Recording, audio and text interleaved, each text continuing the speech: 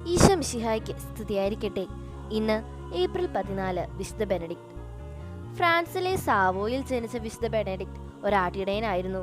ചെറുപ്രായം മുതൽ തന്നെ യേശുവിൽ അടിയുറച്ച് വിശ്വസിച്ചിരുന്ന ബെനഡിക്ട് ആവിഞ്ഞോണിലെ റോൺ നദിക്കരയിലായിരുന്നു ആടുകളെ മേയ്ക്കാൻ പോയിരുന്നത്. ഒരിക്കൽ ബെനഡിക്ട് നോക്കി നിൽക്കെ ഒരു പാവപ്പെട്ട ജൂതവൃദ്ധ നദി കടക്കാൻ ശ്രമിക്കുകയായിരുന്നു. ശക്തമായ ഒഴുക്ക് മൂലം അക്കരെ കടക്കാൻ അവർ ബുദ്ധിമുട്ടി.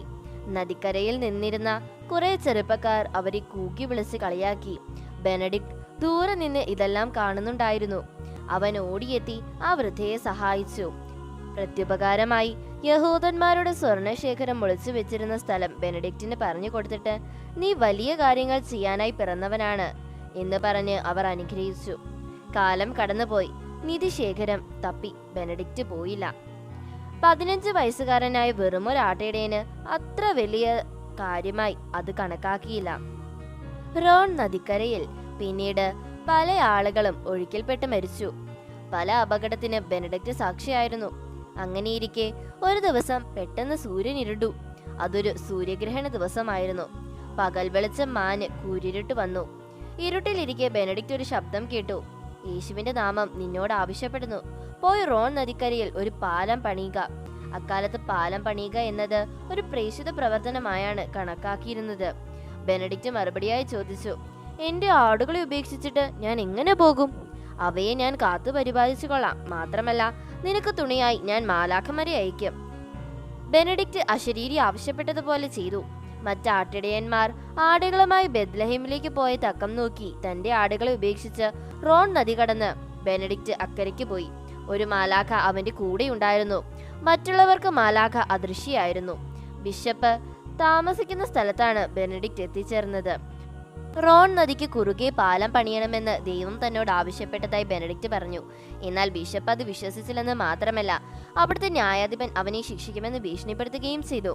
എന്നാൽ ദൈവത്തിന്റെ ദൂതൻ അവനോട് പറഞ്ഞു, മുന്നോട്ട് തന്നെ പോവുക. ഭൂമിക്ക് കീഴെ ഒരു തുണ്ടു ഭൂമി പോലും സ്വന്തമായി ഇല്ലാത്ത നീ എങ്ങനെയാണ് പാലം പണിയാൻ പോകുന്നത്? ന്യായാധിപൻ അവനെ പരിഹസിച്ചു. എന്നെ സഹായിക്കാൻ ദൈവദൂതന്മാരുണ്ട്, ബെനഡിക്റ്റ് പറഞ്ഞു. അവർ അവനെ കളിയാക്കി ചിരിച്ചു. എങ്കിൽ നീ അത് തെളിയിക്കുക. അവിടെ കിടന്നിരുന്ന ഒരു വലിയ പാറ ചൂണ്ടിക്കാണിച്ച് ന്യായാധിപൻ പറഞ്ഞു, ജനങ്ങളെ എല്ലാം വിളിച്ചു കൂട്ടിയിട്ട് ഈ കിടക്കുന്ന വലിയ പാറ എടുത്ത് നീ നദിക്കരയിൽ കൊണ്ടുപോവുക. നിന്റെ ശക്തി എല്ലാവരും കാണട്ടെ. ഇത് കേട്ട് ബെനഡിക്റ്റിന്റെ ഒപ്പമുണ്ടായിരുന്ന മാലാഖ അവനെ നോക്കി ചിരിച്ചു. ഒട്ടും ആയാസമെടുക്കാതെ ഏതാണ്ട് 100 കിൻഡലോളം ഭാരമുണ്ടായിരുന്ന ആ കല്ല് ബെനഡിക്റ്റ് ചുമന്നു നദിക്കരയിൽ കൊണ്ടിടുകയും ചെയ്തു. ഇതായിരിക്കും പാലത്തിന്റെ അടിത്തറ, അവൻ പറഞ്ഞു. ഇത് കണ്ട് നിന്നവരെല്ലാം അത്ഭുത സ്തബ്ധരായി. അത്ഭുതം, അത്ഭുതം, അവർ വിളിച്ചു പറഞ്ഞു. ഉടൻ തന്നെ 18 അത്ഭുതങ്ങൾ കൂടി അവിടെ സംഭവിച്ചു. ആൾക്കൂട്ടത്തിനിടെ ഉണ്ടായിരുന്ന അന്ധർക്ക് കാഴ്ച ലഭിച്ചു. കുഷ്ഠരോഗികൾ സുഖപ്പെട്ടു. അത്ഭുതങ്ങൾ ഒന്നിനു പിറകെ ഒന്നായി പ്രവഹിച്ചു. എല്ലാം കണ്ട് വിശ്വസിച്ച് ന്യായാധിപൻ പാലം പണിയാൻ അനുമതി കൊടുത്തു. ചെലവിലേക്കായി ഒരു നല്ല തുകയും കൊടുത്തു. ജനങ്ങളെല്ലാം ചേർന്ന് പിരിവെടുത്ത് കൂടുതൽ പണം കണ്ടെത്തി. അതുവരെ ആരോടും പറയാതെ വെച്ചിരുന്ന ജൂതരുടെ നിധി ബെനഡിക്റ്റ് പാലം നിർമ്മാണത്തിനായി എടുത്തു. എന്നാൽ പാലം പൂർത്തിയാകുന്നത് കാണാൻ ദൈവം ബെനഡിക്റ്റിനെ അനുവദിച്ചില്ല. 1184 ആ വിശുദ്ധൻ മരിച്ചു. ആ പാലത്തിൽ തന്നെ ബെനഡിക്റ്റിനെ അടക്കി. 2 വർഷത്തിനുള്ളിൽ പാലം പണി പൂർത്തിയായി. ബെനഡിക്റ്റിന്റെ ശവകുടീരത്തിലേക്ക് വൻ ജനപ്രവാഹമായിരുന്നു. വൈകാതെ അധികാരികൾ പാലത്തോട് ചേർന്നൊരു പള്ളിയും പണിതു. ബെനഡിക്റ്റ് മരിച്ച് 500 വർഷങ്ങൾ കഴിഞ്ഞപ്പോൾ, അതായത് 1669 പാലത്തിന്റെ ഒരു ഭാഗം കനത്ത വെള്ളപ്പൊക്കത്തിൽ തകർന്നു.